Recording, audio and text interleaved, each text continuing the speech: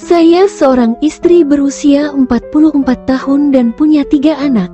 Sekitar bulan 8 tahun yang lalu saya divonis terkena kanker payudara stadium 4. Hidup saya sejak saat itu keluar masuk rumah sakit. Payudara sisi kanan sudah dibuang. Kemo sudah 16 kali, baru saja keluar dari rumah sakit. Sekarang kanker telah menyebar ke paru-paru Sudan mendapatkan oksigen dan bed untuk menahan rasa sakit.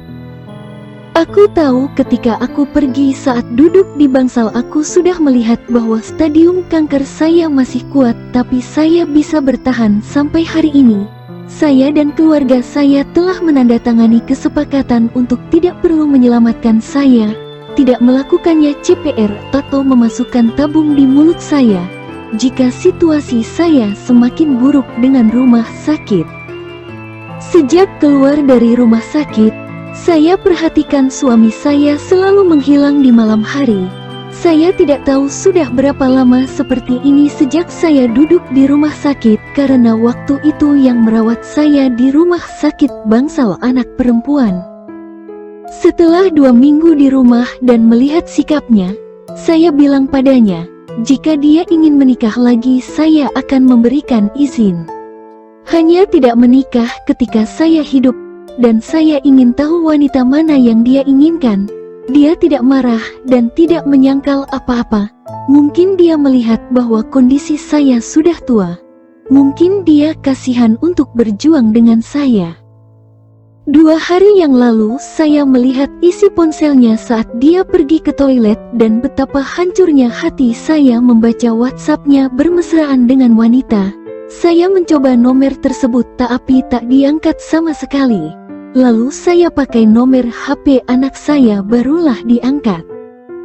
Terkejut saya mendengar suara wanita yang mengangkat panggilan telepon saya adalah suara adik perempuan saya sendiri. Ya, saya yakin sekali dengan suara itu dan latar belakang suara tersebut adalah suara ibu saya sendiri. Lalu saya letakkan ponsel tersebut. Saya terkejut dan tak dapat berkata apa-apa lagi. Adik saya janda muda baru umur 28. Model berhijab, pastilah banyak orang yang menginginkan dia, tapi mengapa dia malah mau dengan suami saya yang adalah kakak ipar dia sendiri? Kalau saya menyerang suami dan adik saya, maka martabat keluarga saya rusak. Martabat suami saya di depan anak-anak saya juga akan hancur. Saya mungkin tidak akan lama lagi berada di dunia ini. Jika saya diam, maka semua orang aman. Anak saya aman. Anak saya tidak tahu apa sikap ayah mereka. Saya merasa seperti meminta Tuhan untuk mematikan saya sekarang. Saya tidak kuat lagi, saya merasa hancur saat ini. Aku siap untuk pergi. Saya mau tanya, jika kalian yang berada di posisi saya, apa yang akan kalian lakukan?